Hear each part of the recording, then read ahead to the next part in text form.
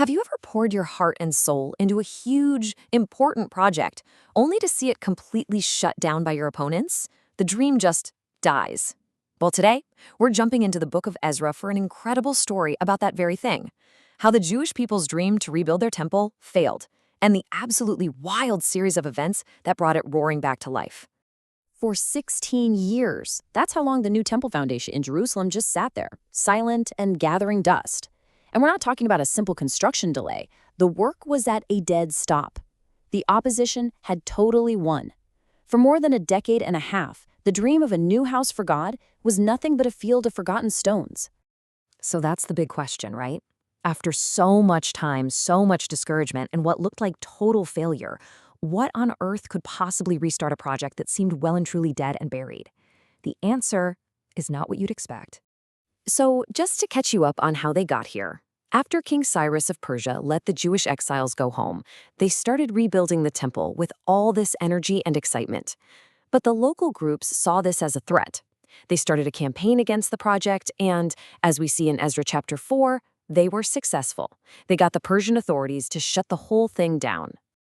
So what broke the silence after 16 long years? It wasn't a change in politics or a friendly new king. It was a word from God. The prophets Haggai and Zechariah just show up on the scene, and according to the story, they're the divine spark that reignites the whole mission, telling the people, hey, get back to work. And with that prophetic push, this new leadership team just clicks into place. You've got Haggai and Zechariah with the divine command, you've got Governor Zerubbabel providing the official civil authority, and then High Priest Joshua bringing that crucial spiritual leadership. It's the perfect combo, and together, they get the people to pick up their tools and start building again. But of course, the minute the sound of hammers starts up again, it gets attention. A brand new challenge shows up, and this time, it's not just local troublemakers. It's an official investigation from the Persian Empire itself, and it threatens to shut everything down all over again. And this is the guy at the center of it all, Tatanai, the regional governor. He rolls up with his crew, and his question is sharp and serious. He's basically asking, show me your permit, who gave you the legal authority to do this? This is a major escalation. It's an imperial inquiry. But here is where you see a huge difference. The first time they faced opposition, the work stopped cold. This time, though, something is different. Even with a powerful governor breathing down their necks, the elders keep on building, and the text gives this beautiful reason why. The eye of their God was on the elders. They felt God's protection, and this time they weren't going to stop. So, how do the elders answer Tatanai? Well, they give him a little history lesson. They say their authority doesn't come from the current king at all, but from a decree made almost 20 years earlier by the founder of the empire himself, King Cyrus. They're basically playing a very old, very powerful legal card. And this puts everything on the line.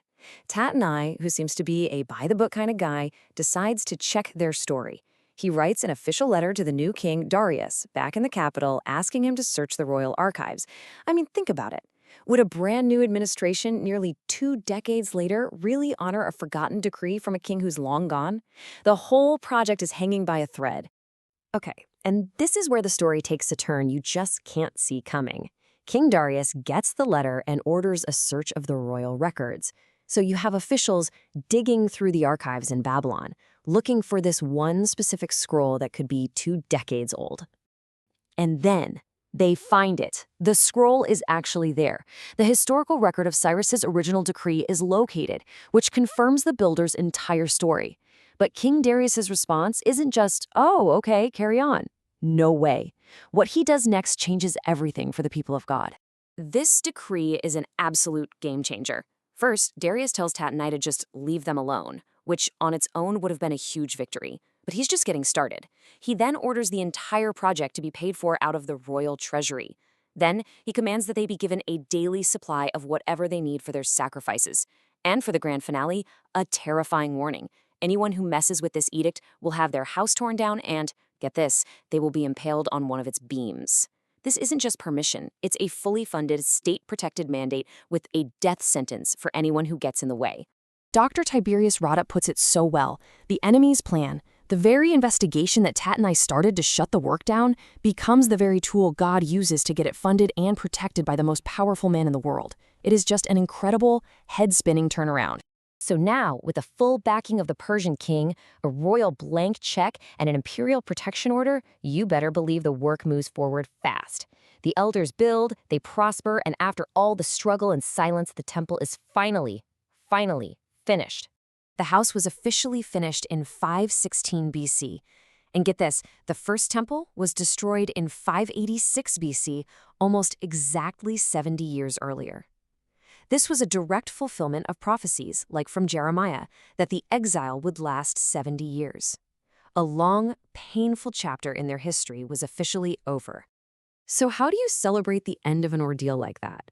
You throw a massive party. They dedicate the new temple, and the sheer number of sacrifices just shows you how deeply grateful and relieved they were. We're talking hundreds and hundreds of animals offered to God in this huge act of worship. If you had to boil down the emotion of that moment into one single word, the text says it again and again. It was just pure joy. After decades of exile, 16 years of a stalled project, the house of God was standing again, and the people were just overwhelmed with joy. And what's the very first thing they do in their brand new temple? They celebrate the Passover. Now, this is so important. Passover is the festival that remembers God delivering their ancestors from slavery in Egypt. By celebrating it now, in this temple, they're making a powerful connection. They're saying this moment right here, this is our generation's great deliverance. This is our own freedom story. And that kind of leaves us with this final thought to chew on. For the people of Israel, remembering how God had saved them from Egypt in the past gave them the framework, the strength to celebrate their new freedom in the present. It's a powerful idea, isn't it? Looking back at how we've been delivered before can give us the hope and the strength we need to face whatever is coming next.